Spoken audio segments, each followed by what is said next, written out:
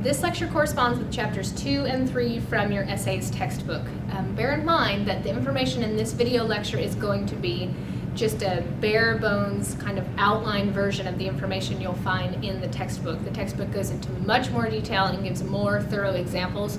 So you definitely want to read chapters 2 and 3 in essays. This is just kind of an overview of the content in those chapters.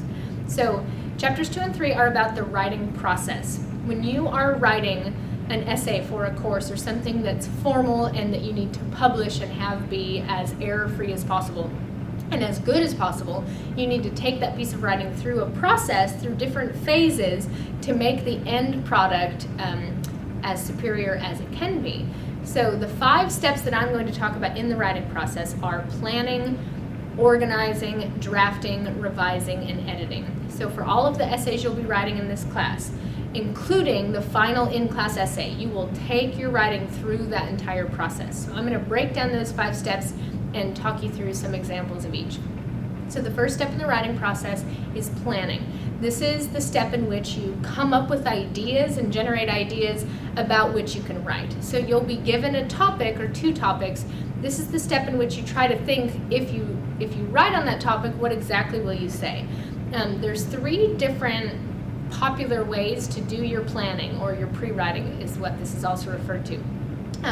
The first one is called free writing. Free writing is when you simply put your pencil down on the paper and write anything that comes to mind. So you don't filter yourself into thinking, that's good, that's on topic, I don't like that, should I say that? You commit to writing for a set amount of time, 3 minutes maybe. And even if all you're writing is, I don't know what to write, you keep writing, because what happens when you remove that filter and stop editing yourself, you'll write a variety of ideas. And then after the 3 to 5 minutes passes, you'll go back and look at your ideas and mark the ones that you think you can really use in your essay. So it's not, your grammar would be wrong, it wouldn't be complete sentences, you would just be writing anything that comes to mind. And in class I'll show you an example of this. So the other 2 methods of planning are brainstorming and clustering. So behind me is an example of brainstorming. So let's talk about the topic you used for your diagnostic essay, which was, should the production and sale of cigarettes be legal?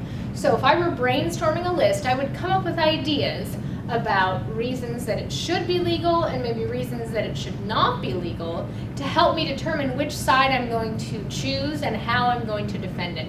So you can see here, if I'm arguing that cigarettes should remain legal, I could write about how we have the choice whether or not to smoke cigarettes. If we're informed consumers, we can choose to put the products from cigarettes in our body or not. Having cigarettes allows the government to raise a lot of money in taxes. So if people make that choice to smoke, then they can pay money into the government to then theoretically use for other health programs or something of the sort. I could also make the argument that when we made alcohol illegal, it was ineffective. People made alcohol anyways, they just did so illegally and kind of behind the scenes. So probably the same thing would happen if we made cigarettes illegal. So these are all arguments about why it should stay legal. Down here I have some arguments about why I think we should make it illegal. I would brainstorm the list. The difference between this and free writing is I'm only writing things that are on topic here, whereas with free writing I'm writing anything that comes to mind. After I brainstorm this list, then I would start to decide which ideas I'm going to use in my essay. So that's an example of brainstorming. On the other side here is an example of clustering. It's the same information, you just organize it in a different way. So you kind of have a series of bubbles. So these ideas correspond with why I think cigarettes should remain legal. So you can see I would have my ideas forming off of my center bubble. Down here, if I think cigarettes should be illegal, I would talk about how cigarettes create secondhand smoke, so it's dangerous to people who are not even choosing to smoke but are just around in the environment where the smoke is. That's harmful to those individuals' health as well. And I can talk about how cigarettes cause a lot of preventable diseases. Now here's where clustering is really helpful. Off of this bubble, I can put other examples of those diseases. So cancer, emphysema, and I could go from there. You can see that that allows me to get really specific and also to show the relationship between these things in a way that brainstorming just does not lend itself as well. So it's either approach is acceptable. Any of the three approaches work. It just depends on your own personal style, and really you can do a combination of these as well. So that's the first step, the planning phase. You want to spend a good chunk of time coming up with ideas, because that will allow you to really know which side of the argument you want to take, which one you can choose that will give you a stronger case to make. So that's planning. Once you have this information generated and you have plenty of ideas, then you want to go through and organize them. Organize your ideas into an outline. What you do then is determine, what are you going to say first, what are you going to say second and third, what are you going to put in your introduction, what are you going to put in your conclusion, and what are some of the specific details that you're going to use to back up each paragraph. So for example,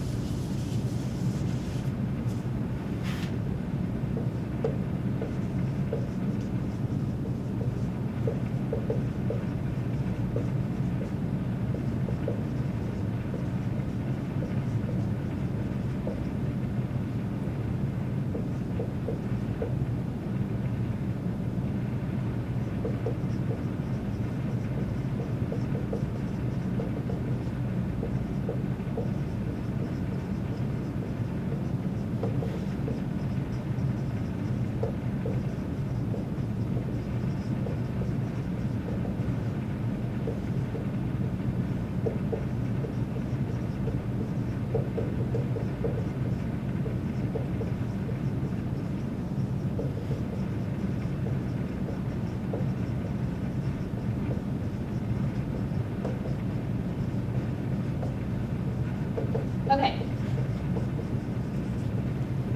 So this is a really general outline.